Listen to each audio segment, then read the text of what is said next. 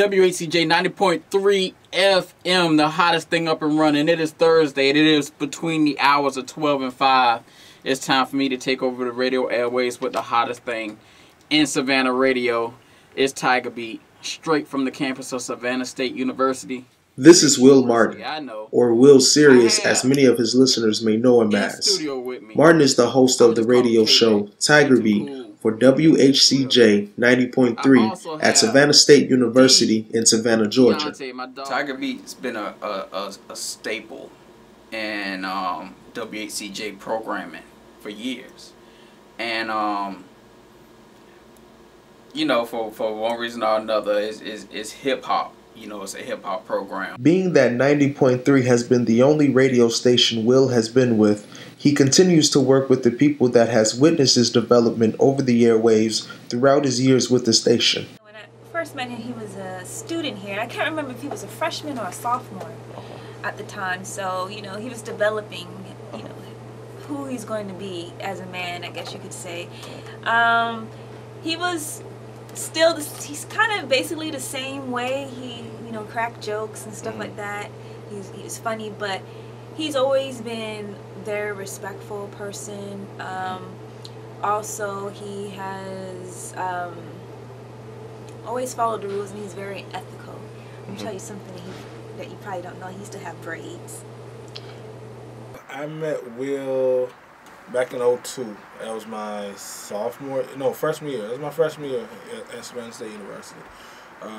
He was actually, along with a couple other individuals, they were actually, you know, almost on their way out, about 2 years out. So I used to try to, as a freshman, I would try to hang out around the studio, you know what I'm saying, just because, you know, mass comm being my major, I just wanted to, you know, get my feet wet early. So I just wanted to really hang out, you know, help them out with projects or whatever. So that's what I did, you know what I'm saying. That's when I first met Will, along with, you know, a couple other people in the department that, you know, I'm still good friends with to this day. But during those early years of Will being on the air, what his listeners did not realize was that their host was suffering behind the mic. Everything was really coming to a head when I was about 21. And, you know, that's right in the heart of your college years. You know, I was 21.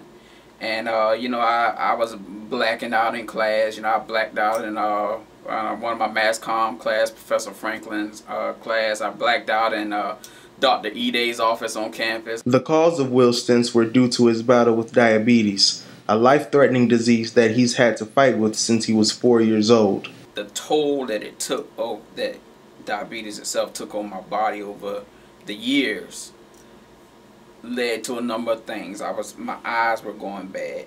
You know what I'm saying? I started to go into end-stage renal disease, kidney failure. And to the point where my kidneys had totally shut down, and I went on dialysis. My disease, the diabetes, had become really brittle. That it was becoming a situation where the insulin wasn't working. It was really hard to control, really unpredictable, and my health was just really deteriorating. Granted, Will was suffering tremendously. He refused to let others know about his illness until his disease took a hold of him in public. I always saw myself as a really strong individual. Like, you know, I never was the biggest dude, never was, you know, most athletic or whatever, but I always saw myself as a really strong, independent person. And so very oftentimes I never even told anybody that I was diabetic or I was having the medical issues that I was having, because I thought it would make me look weak. And that's one of the reasons when I passed out in mass comm in Professor Franklin's class, nobody knew exactly what was wrong with me because I never told anybody. They found out that day what kind of problems I was facing, but nobody knew because I didn't want anybody to think I was weak. I didn't want anybody to think I was frail, you know. So and that's what I saw as a sign of weakness. So I always kept it bottled up, kept it bottled in, and I figured I'd fight my demons myself. But it was those demons that were beginning to take a toll on his body, and as a result, a toll on the people that were closest to him. I was like a walking, I could say a walking functional zombie. And I would always ask the question that I always thought he would ask, but he never did. Why, my son? But Mom kept reminding me that, I'm sorry. Even though it's been 20 years now, it's still very sensitive. God has the last word and God's will be done. When Billy was diagnosed with kidney failure and his sight started leaving him, and at that point he was only given 5 years. Like I said, I knew what was going on. He showed me his dialysis machine and things like that, and he would talk to me about what he was going through. So I was near and far. I was close enough to know what was going on, and I did a lot of research on my own at that time to kind of find out what he was dealing with. I wasn't sure if I should ask a whole lot of questions or anything like that, but I researched what he was going through, and that gave me a better understanding of where he was at the time and the kind of things that he was having to deal with. So it brought me a lot closer to him, and knowing what he was having to go through was hard. It was really hard. It was kind of there for him to make sure he had what he needed, but you know, even when I went to go check him out at the hospital, you know, once the fam came in and the fam was doing the thing, I kind of just, all right, my dudes, so I'm going to let you go ahead and do your thing with the fam. So he just kind of fell back. You stay in your lane, you know what I'm saying? You do what you got to do. You play your role, but you stay in your lane at the same time. So. But not all hope was yet lost. After experimenting with different drugs that failed to fight the disease, Will was offered a solution that could end his misery forever. Inevitably, I got on a transplant list, double transplant, kidney and pancreas. A year went by, I was still on dialysis every night, doing it every night. 3 insulin shots a day, the whole nine, but my health was still deteriorating. I was getting more and more impatient, so I sought to get on another list, and I did ultimately at Mayo Clinic in Jacksonville. And within, I say, a month of being on the list in Jacksonville, I was coming out of, I was on campus again, coming out of an English class. And I had this little beeper they gave me, and I remember the beeper went off.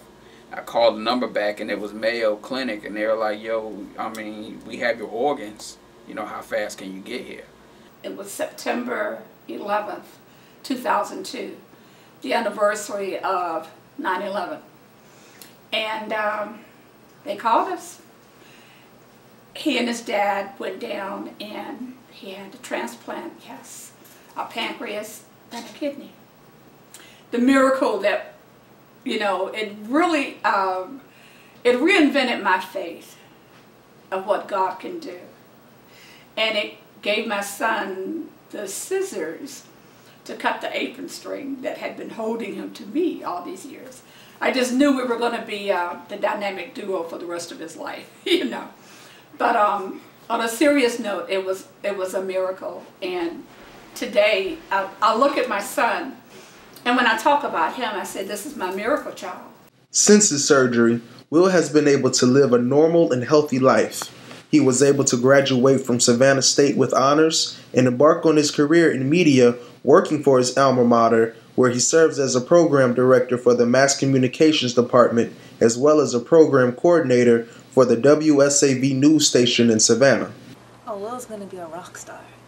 Savannah State, you're really lucky to have him at this moment. I'm surprised they didn't try to get him a long time ago. He has a lot of different skills, He worked at a local news station. He got all those editing skills. So I think he's a great asset to the university. And yeah, he's going to go pretty far. Some major company don't try to scoop him up soon. So Savannah State's really lucky at this moment. I'm very proud of him. Not just for the physical things that he's overcome, but just everything in general that he's doing. He makes a lot of noise with what he does. And a lot of people respect him, and it's hard not to. He's a very awesome man, and he has a lot of respect from a lot of different people. It's good to watch him in his field you know, what he does. He loves it. I feel like he has a lot of followers, people that follow him that won't follow other people. He pays a lot of respect to a lot of locals. And I don't know, I'm very, very proud of him from what he does right now. I'm very proud of my son, the young man that he has turned out to be. He's an adorable, wonderful person. Of course, I'm biased because he is my baby. But he's the apple of the family's eye. And I guess because when he became diagnosed with the diabetes, he became the special child that everyone wanted to protect and hover. And now he's protecting and hovering. And it's just so remarkable to have him at this place and point in his life. I'm healthy. I'm here. I can see. I'm driving around.